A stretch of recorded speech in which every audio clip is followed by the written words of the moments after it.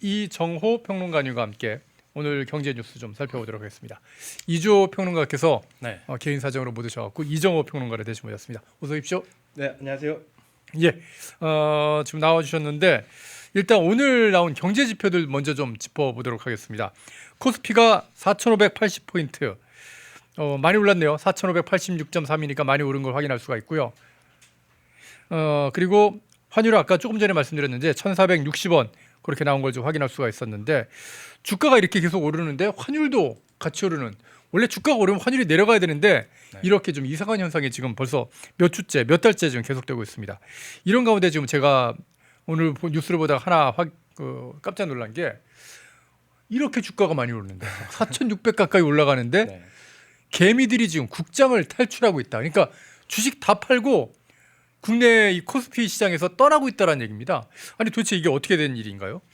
결론부터 말씀해드리면 네. 시장의 신뢰가 쌓아 올린 이 지수가 아니지 않나라고 예. 생각이 들고 있고, 외국인들의 수급과 정부 정책에 대한 기대가 만들어낸 숫자다라고 보실 수가 있어요. 그러니까 외국인들이 어떻게 보면 개인들은 팔고 있고 외국인들이 계속적으로 사고 있는 모습세가 나오고 있다라고 생각이 들고 있고, 대표적으로 확률 상승이나 이런 부분이 외국인들 입장에서는 조금 더 싸게 느껴지고 있지 않나라고 생각하는 부분이 큽니다. 그 이유는 뭐 삼성전자나 이런 부분을 가격대로 봤을 때 삼성전자가 환율로 봤을 때 원화 가치로 봤을 때는 비싸죠. 14만 원, 15만 원 이렇게까지 올라가려는 모습가 나오고 있는데, 외국인들 입장에서는 삼성전자가 환율로 대입했을 때는 저렴한 모습세가 나오고 있다라고 생각이 들고 있고, 그런 모습세가 외국인들의 약간의 집중된 쏠림 현상과 이런 부분이 나와. 그러니까 PER 따져 보면은 네.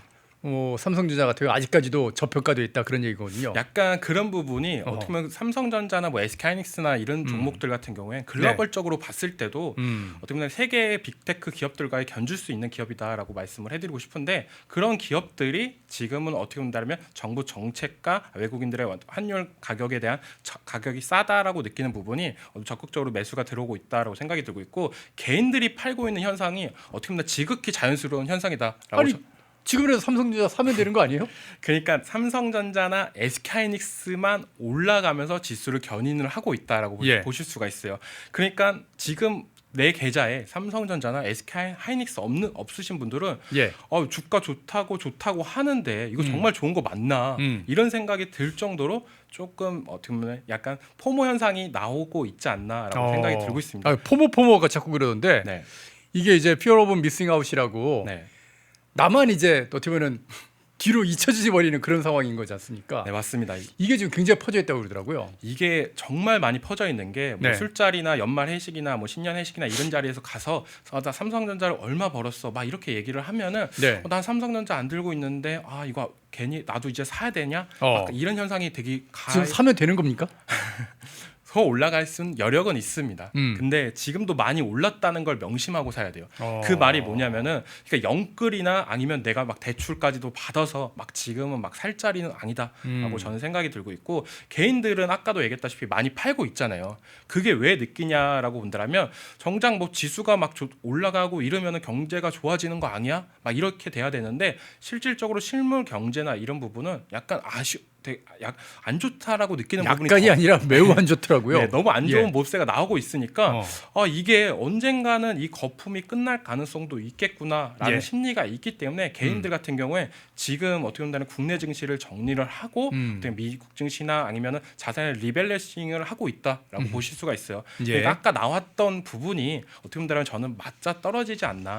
그러니까 외국인들 입장에서는 지금 왜 사냐라고 본다면 가격이 싸게 느껴지는, 환율이 올랐기 때문에 가격이 싸게 느껴지고, 외국인들은 어차피 달러 주고 사니까 비싸지가 느껴지지가 않는 거예요. 네, 맞아요.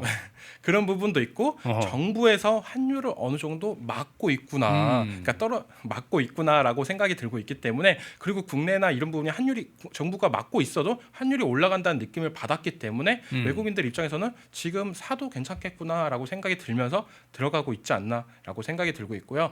제일 개인들이 지금 하는 행동이나 이런 부분이 지금 뭐 다들 멍청하다라고 막 얘기를 할 수가 있어요. 그러니까 왜 멍청하다? 팔고 있냐, 왜 팔고 있냐, 뭐 이렇게까지 이렇게 생각을 하고 계신 분들도 있겠지만, 저는 그게 어떻게 보면 지극히 자연스러운 현상이 될 가능성도 있다라고 느끼는 부분이, 우리가 다들 알다시피 주가나 이런 부분이 아까도 제가 말씀드렸지만 이 코스피나 코스닥 같은 주가나 아니면 주식이나 이런 부분은 신뢰가 어느 정도 쌓이면서 올라가야 된다는 말씀. 국장을 못 믿는다 이거네요. 약간 그런 심리가 더욱더 강하게 느꼈다라고 볼 수가 있고 정부 정책이나 이런 부분이 어떻게 보면 정권 초기이기 때문에 입김이 강하게 들어와서 그런 느낌인데 이게 시간이 갈수록 만약 떨어진다고 본다라면 지금이 어떻게 보면 거품으로 쌓였던 부분이 다 언젠가는 한순간에 무너질 가능성도 있겠구나. 그러니까 이재명 정부에서 지금 4,600 만들어 놓은 건 이건 이재명 정부에서 이렇게 펌프질하고 네. 막 빚내서 투자하라고 국민연금 헐러서 이거 투자하라고 그래서 만든 거지 이거 한 방에 무너질 수 있다 그렇게 네. 보는 거군요. 그런 부분도 있고 그렇기 때문에 어떻게 보면 지금 개인 투자자분들은 삼성전자나 SK하이닉스나 아니면 대형주 위주로 그러니까 환율을 벌고 있는 기업들 위주로 좀 집중적인 매수세가 나오고 있지 나머지 같은 종목들은 어느 정도 정리를 하면서 이제 미장이나 이런 쪽으로 많이 이동을 하고 있지 않나라고 생각이 들고 있습니다. 예. 자, 조금 전에 이제 환율 얘기하셨는데 네. 환율이 지금 1,460원이 지금 다시 되고 있습니다. 네. 아니 기껏 눌러가지고 지금 1,430원까지 이렇게 낮춰놨다가 다시 지금 1,460원이잖아요. 네. 그럼 이거 정부가 또 누를까요? 이번에 또 누를 가능성도 어느 정도 있지 않나라고 생각이 들고 있어요. 제 개인적인 아니 생각입니다. 근데 또 누르면 네.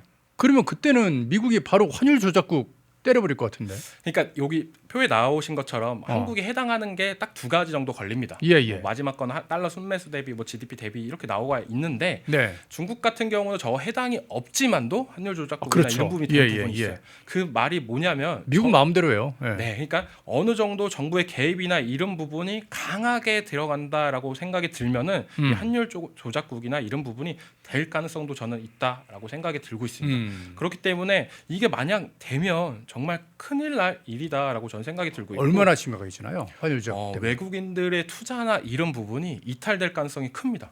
그러니까 아까도 얘기했다시피 어떻게 보면 외국인들이 많이 샀다고 그러니까 지금 얘기를 하고 있잖아요. 4,600 코스피 만든 게 외국인이 힘이 큰데. 네, 저번 달 기준으로 외국인들이 거의 1.5조 정도를 샀다라고 얘기가 하고 있는데 만약 환율 조작국이 된다라고 보면 외국인들의 투자나 이런 부분이 급격하게 줄어드는 모습가 있어요.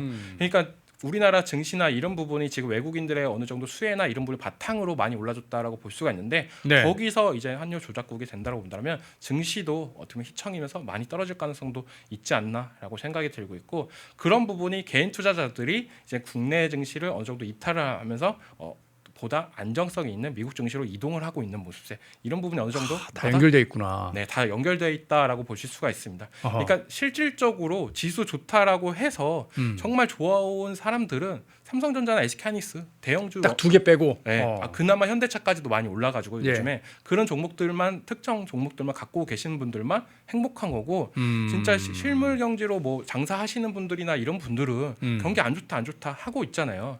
그런 부분이 조금 더 다가오고 있기 때문에 개인 투자자분들은 어느 정도 정리를 하고 있고 이런 부분이 이제 환율과도 어느 정도 일맥상통하게 되고 있지 않나라고 생각이 들고 있어요. 예. 자, 우리나라 증시 4,600 뭐 만들었다고 이재명 지지자들 막 좋아하지만 굉장히 거품이다. 그걸 오히려 개미들은 알고 있기 때문에 다 떠나고 있다. 그런 말씀인 것 같고요. 참 우리나라도 이렇게 심각한 상황이지만 제가 오늘 뉴스를 보다가 보니까 아니 중국은 나라 빚이 8경 3천조 원이라고요? 네, 맞습니다. 아니 이거 아니 단위가 연산이 안 돼요. 아니 이렇게 빚이 많을 수가 있는 겁니까? 중국 같은 경우는 솔직히 말해서 저거보다 더 많다라고 예상하는 부분도 있어요. 그러니까 중국에서 나온 데이터잖아요. 중국 통계니까 더 많을 수도 있다. 네, 더 많을 가능성도 있지 않나라고 생각이 들고 있고 어허. 기업 부산 총 합체가 뭐 GDP 대비 300%를 돌파했다라고 하잖아요. 예. 이게 어떻게 보면 글로벌적으로도 지금 미국보다 유럽보다 더 많은 수치다라고 볼 수가 있고 아까도 얘기했다시피 이 300%가 더 넘을 가능성도 있다. 왜냐 2025년 9월 말 기준인데 예. 이제 12월 지나고 이제는 26년도잖아요. 예. 그보다 더 높게 올라가고 있다라고 생각을 하고 있기 때문에 어허. 중국 같은 경우는 정말 지금 아슬아슬하게 줄다리기를 하고 있지 않나. 아니 어떻게 버텨요? 아니, 우리나라 빚 뭐 1,400조 있는 것 같고도 네. 뭐 응애 하고 태어나는 순간 빚이 2,700만 원이다 뭐 그런 소리 하는데 인구가 많아서 그냥 버티는 건가? 어떻게 그 편입니까? 중국 같은 경우는 지금 거의 뭐 애통수다라고 저는 생각이 들고 있어요. 그러니까 네네. 중국은 지금 성장률을 지키려면 빚이 계속적으로 늘어나야 됩니다. 그러니까 빚을 지면서 성장률을 만들고 있는 거예요. 중국 경제 성장률이 지금 한 3% 4%는 좀 나오는데 그것도 막 이제는 요즘 아슬아슬하게 막 줄어들고 있다, 예, 막 줄어들고 이렇게 있죠. 막 하고 있잖아요. 그러니까 예. 그 성장률이라도 지키기 위해서는 빚을 계속적으로 해야 되는 거고 만약에 빚을 줄이면 성장률이 꺾이는 약간의 딜레마를 갖고 있다라고 보실 수가 있기 때문에 중국 GDP 뭐 부채다 이런 부분은 정말 지금은 심각하다라고 저는 생각이 들고 있고요. 예. 지금 부채를 정리를 하려고 하면은 부실을 인정을 해야 되고 그 손실을 누군가를 껴안아야 돼요. 그렇죠. 그러니까 지방 정부에서 청산을 해야죠. 지방 정부에서 할 거냐 아니면 기업에서 할 거냐 약간 이런 부분도 얘기를 해야 되는 부분이고 뭐 과거에 헝다 사태나 이런 부분이 있었잖아요. 네네. 기업에서 이걸 떠안다가 과도하게 크게 터졌던 부분이 있었죠.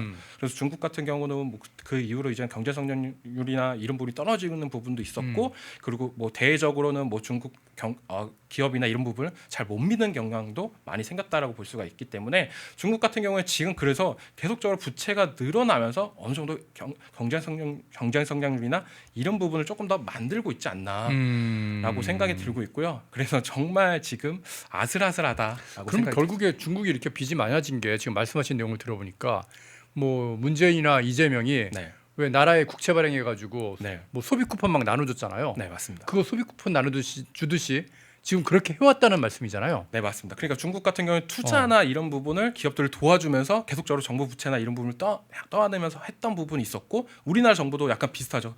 그러니까 소비 쿠폰이나 이런 부분을 발행을 하면 경기가 좋아질 거야. 막 이렇게 얘기를 했잖아요. 그걸 계속 해가지고 지금 빚이 네. 8경 3천조 원이 된 거예요. 근데 우리나라는 또 그거를 약간 따라가려고 또 발행을 한다라고 막 그 얘기를 하고 있는 부분이기 때문에 중국을 보면서 우리나라도 느끼면서 진짜 내실을 다지면서 올라가야 되는 부분이 좋지 뭐 단기적으로 뭐 이걸 돈을 뿌린다라고 하는 부분이 우리가 뭐 땅 파면 돈 나오는 게 아니잖아요. 예. 땅 파면 돈을 나오면은 누구든지 다 뿌려도 상관이 없습니다. 근데 그런 게 아니라 그냥 이거는 어떻게 본다면은 약간의 자기 정권을 유지하기 위한 약간 지지율을 유지하기 위한 약간 이런 부분이 더욱더 나오고 있다라고 생각이 드는 부분이 있기 때문에 이거를 과도하게 정부나 이런 부분에 부채를 늘려서까지 막 내수의 활성화나 이런 부분보다는 어떻게 보면 내실을 더욱더 다져야 된다라고 생각이 들고 있어요.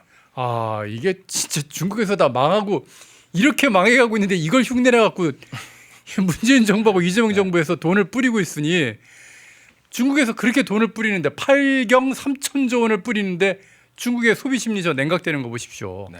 근데 이게 말입니다. 제가 좀 궁금했던 게 뭐냐면 중국이 우리나라도 지금 수출이 굉장히 잘 되고 있지 네, 않습니까? 맞습니다. 근데 중국의 수출도 지금 역대 최대 흑자다 그러거든요. 네.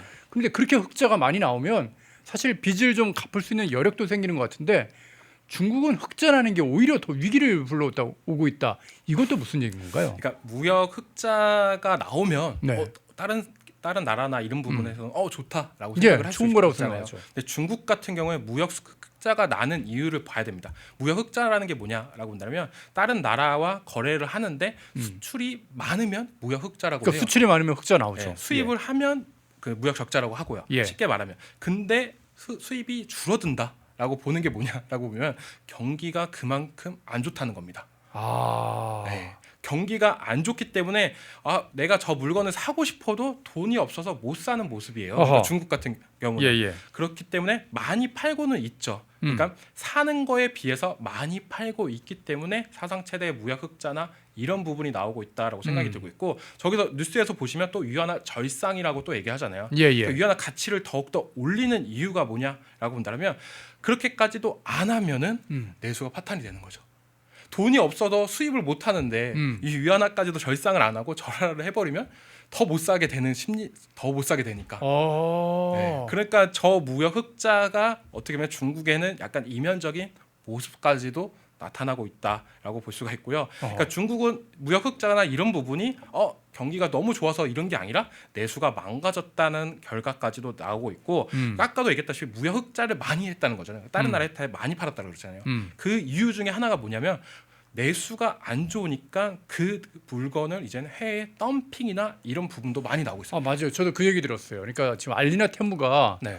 지금 우리나라한테 물건을 되게 싸게 팔고 있는데 네, 맞아요. 그 싸게 파는 게 손해 보면서 파는 거다. 네. 그러니까 중국 국내에서 물건이 워낙 안 팔려서 재고 많이 쌓이고 있는데 그렇다고 공장을 멈추면은 사람들이 다 일자리를 잃게 되고 그러면 중국에서 또 이제 이란처럼 대규모 시위가 날 수 있으니까 그걸 무마하느라고 일단 팔고 파는데 저쪽에서 살 수 있게끔 아주 싼 가격에 팔어. 그리고 손실 나는 거는 중국 정부에서 메꿔줄게. 이런 구조라고 그러더라고요. 네, 맞습니다. 정말 그렇게까지 해서 만든 게 지금 중국의 무역 흑자다라고 보실 수가 있고 어허. 우리가 쉽게 말씀해드리면 2차 전지 뭐 전기차, 중국산 전기차나 이런 부분 되게 많이 강조를 하잖아요. 예. 네, 그런 부분이 뭐냐? 공장을 멈추면 그때부터는 이제는 어떻게 보면 내수나 이런 부분이 파탄이 될 가능성도 있으니까 계속 보조금을 지어주면서 만들게 한 겁니다. 그러니까 중국 전기차나 이런 부분이 재고가 엄청 많다 이렇게 얘기가 나왔던 부분이 회사 입장에서는 이거를 좀 많이 안 팔리고 있으니까 그만 팔고 싶은데 멈추는 순간 어떻게 내수나 이런 부분이 더욱더 안 좋아지는 부분이 그러니까 있기 때문에 그걸 중국 공산당이 야 공장 멈추면 안 돼. 공장 네. 멈추면 인민이 분노한단 말이야. 너는 무조건 만들어. 지금 그러고 있는 거군요. 또 기업들 입장에서는 많이 만들어야 지원금이나 이런 부분을 받을 수가 있고 지원금을 그걸 받으니까. 많이 만들었으니까 그걸 어떻게 하냐라고 본다면 다른 나라에 덤핑으로 막 판매를 하는 거죠. 아하. 그럼 다른 나라 입장에서나 이런 부분은 지금 미국과 유럽까지도 견제가 나오고 있다라고 볼 수가 있고 지금 무역 흑자가 나왔다고 하잖아요. 예. 근데 여기서 이제는 또 짚어야 되는 게 뭐냐라고 본다면 전 트럼프 대통령이 관세나 이런 부분을 중국 견제를 하는 부분이 딱 맞아 떨어진다고 보고 있어요. 그 전략이 통한다. 그러니까 중국 같은 경우에 내수가 정말 안 좋구나. 예, 무역으로 버텨야 된다라고 어. 볼 수가 있는데 거기에 미국 같은 경우가 이제 관세까지 때려버린다고 보면 중국산 제품이나 이런 부분이 가격 경쟁력이 안 좋아지면서 중국이 이제 뭐 무역 100원에 흑자가- 팔던 거 50원에 팔려고 그러는데 관세 50원 때려버리니까 네. 100원이 되지 않습니까? 네, 맞습니다. 그러니까 미국 입장에서는 얘네 좀만 더 하면 되겠구나. 그러면서 이제 관세 전쟁이나 이런 부분이 다 치밀하게 되었다라고 보시면 돼요. 야 그러면 중국이요 네. 지금 빚이 8경 3천조 원이라고 그랬잖아요. 네. 이거 무역 전쟁 조금만 더 가면은 뭐 10경 되고 뭐 그러면 진짜 중국 망하겠는데요? 아까도 봤다시피 중국 그 부채 비율이나 이런 부분이 기하급수적으로 늘어나고 있다라고 보실 수가 있고 어허. 그런 부분을 탈피하기 위해서 이제 중국 같은 경우도 진짜 해외나 이런 부분에 막 전기차 우리나라도 이제 중국산 전기차나 이런 부분이 막 갑자기 들어오고 있잖아요. BYD 들어왔지 않습니까? 가격 경쟁력 되게 예. 좋다 막 이렇게 막 들어오고 막 그러니까 이거 내수가 안 좋다라고 중국도 느끼니까 해외 시장으로 돌리고 있는데 그것도 생각보다 그렇게 썩 좋지는 않죠. 경쟁력이 안 되고 있다라고 볼 수가 있고 유럽이나 뭐 미국 같은 경우도 그런 부분에 대해서 견제를 막 하고 있고 미국 같은 경우에 관세하고 있고 유럽 같은 경우도 이제 그런 부분에 대해서 이제 더 유기감을 느끼고 있다라고 생각하고 있고 왜냐 유럽 뭐 잘 나가는 기업이나 이런 부분 보면 다 어떻게 보면 자동차 기업입니다. 뭐 벤츠나 그렇죠. BMW나 그런 기업인데 중국산이 막 이렇게 덤핑이나 이런 부분을 한다라고 보면 언젠가는 제재가 더 강력하게 들어올 가능성도 저는 있다라고 볼 수가 있어요.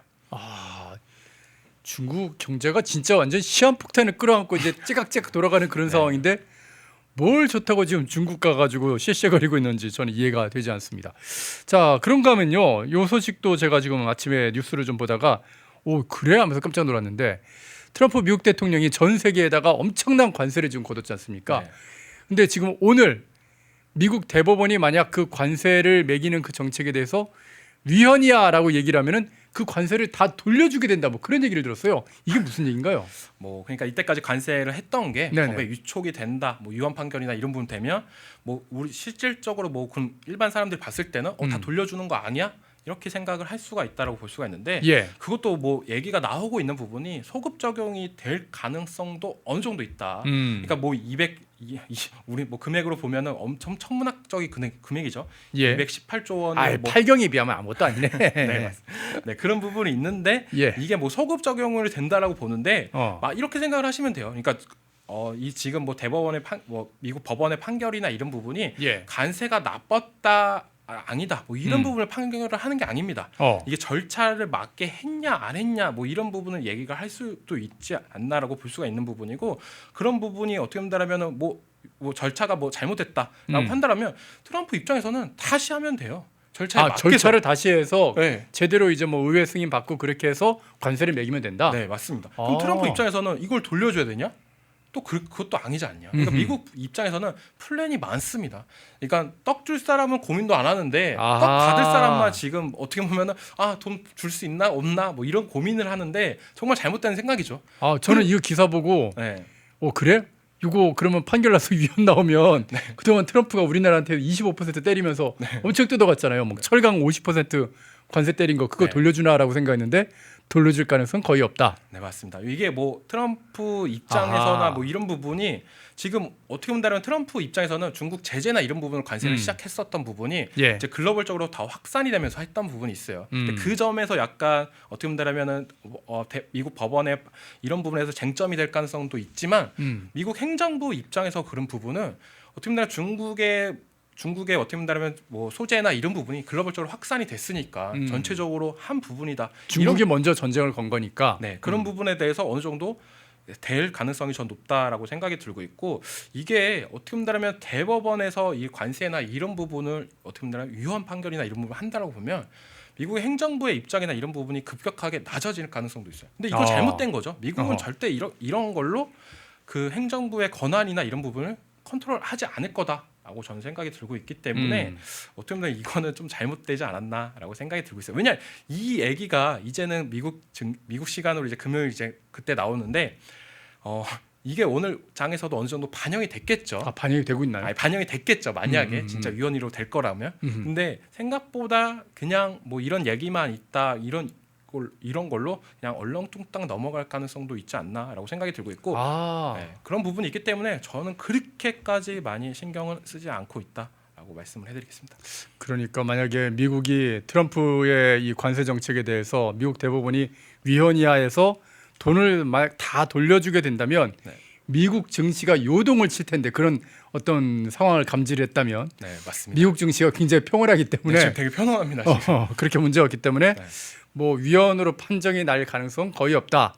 뭐 트럼프를 공격하려고 괜히 기사 써가지고 뭐 트럼프가 위헌 맞아가지고 돈 다 돌려줘야 되는데 이런 얘기는 한국에서 지나치게 뭐라 그럴까 자기네들한테 유리하게 트럼프를 공격하기 위해서 쓰는 기사다 그런 말씀인 것 같습니다. 궁금한 거를 다 말씀해 주시니까 이렇게 속이 시원한지 모르겠습니다. 아침에 막 기사 보다가 아니 중국 망하는 거야 막 그런 생각도 좀 해보고 아니 미국 트럼프 이제 큰일 났네 그런 생각도 했는데 중국은 정말 망할 그런 위기에 있는 것 같고 트럼프는 까딱 없을 것 같다는 그런 생각이 드는군요.